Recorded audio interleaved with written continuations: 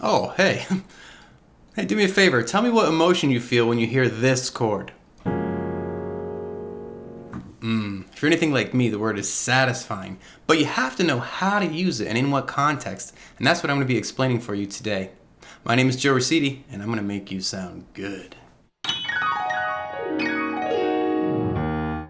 Good musicians realize that chords have the ability to communicate an emotional idea, an emotional sensation to the listener. And really good musicians aren't just getting lucky. They know specifically how to achieve an emotional feeling. So when I started this video, I played a little bit of a trick, and that is I established D flat major as the scale, as the key of some song, some like non-existent song you didn't realize yet, so that when I played this chord, I knew that it was going to exist in a bigger context. I also put it in that key because my theme music, this pentatonic glissando, descending pentatonic glissando, works in that key. It works well in that key.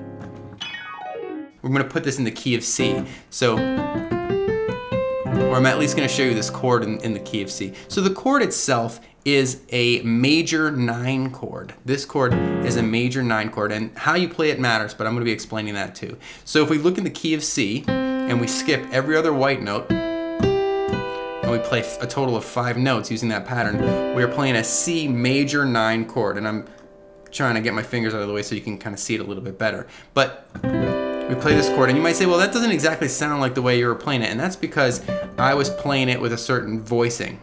Now, I still have that C in my left hand, so that's called the root of the chord. It's still the lowest note that I'm playing. All right, so it would be considered in root inversion. But I also play a 5, so I play a G, and then I double up that C, and I slide my hand up here, and I'm gonna bring this D an octave lower, so that's here. I'm gonna bring this B an octave lower, so that's here. So if I look at just the unique notes now, you'll see that these 5 notes in the chord are really close together, and that's the first kind of important piece of information. All of these notes are together. They're kind of like huddled together, almost like in a hug. And it works. It's a little bit dreamy. It's not clashing, but they're still very close together. The other thing that I need to point out is this notion of harmony. How does that chord sit into a greater context? So I showed you earlier that I was in the key of D flat, and I played this chord. Well, in the key of D flat, we want to pay attention to where this F sharp, I'm playing an F sharp major 9 chord, where that F sharp is in the scale, and it's the 4th scale degree. 1, 2, 3, 4. So from here, that's how I built my F sharp major 9 chord, and I played my sort of my voicing. Okay, so the 4 chord in the major scale that you're working in is where you're gonna get that satisfying quality.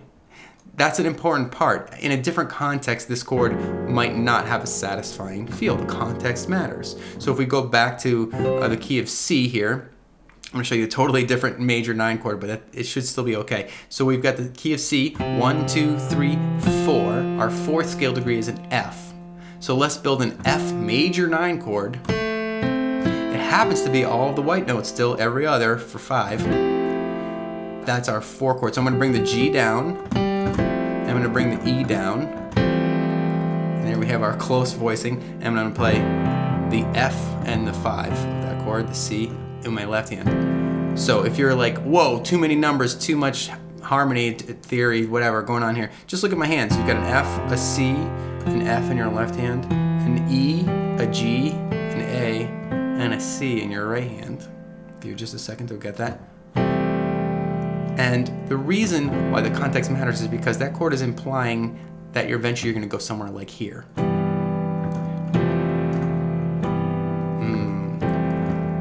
Now, what's interesting about this chord kind of goes further than what we've talked about already. And if your ears are just like, yeah, that works for me, that's kind of the most important part. But let me explain a few things that you might find interesting. When we're talking about what's called a cadence, where something goes from some chord to this one here, like this, that's sort of like a cadence, like an ending. But when we're going from a 4 to a 1, that's called a plagal cadence. And it's sometimes called like a church cadence. Amen, amen. So you get an amen cadence here. even though it doesn't quite sound like an amen cadence. It's almost like there's something else going on. I think there is.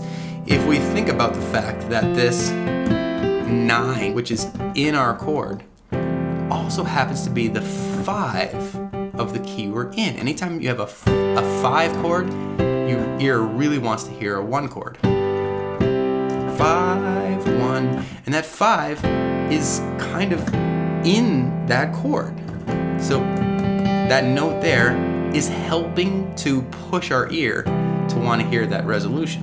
So it's kind of like we get a plagal cadence, and we kind of get, you know, not exactly, but we kind of get an authentic cadence too, a 5 to a 1. So it's like we have 2 different kinds of cadences in the same chord, which is a little bit unusual, hard to wrap our brain around. Let's talk a little bit further about this precise voicing. The highest note is this C here, which is the root of the chord we're going to. So if we're gonna think about this as a cadence, 4, or if you want to think about it as a 5, 4 to the 1. The 1 is a C.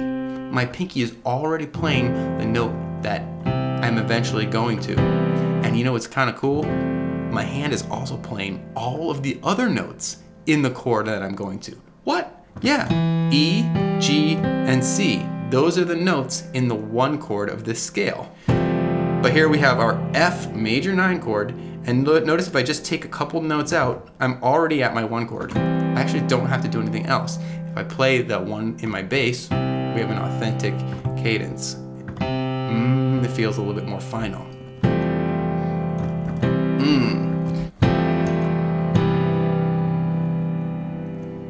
What you're left with is a very satisfying moment, because it feels stable and yet also exploring something. It's not boring and done and at home. It's exciting and yet also stable. We have a lot of reassurance that we're gonna get back to the nice place where we want to end up. So anyway, I hope that helped you understand what I think of as satisfying chords. Satisfying chords. Now, hopefully you can take those major 9 chords and drop them into your chord progressions, ideally on the 4th scale degree, but you should also experiment with playing those chords in other contexts, other scale degrees, and other contexts to see if you can get different emotions out, or to see if you like something better for yourself. You have to experiment.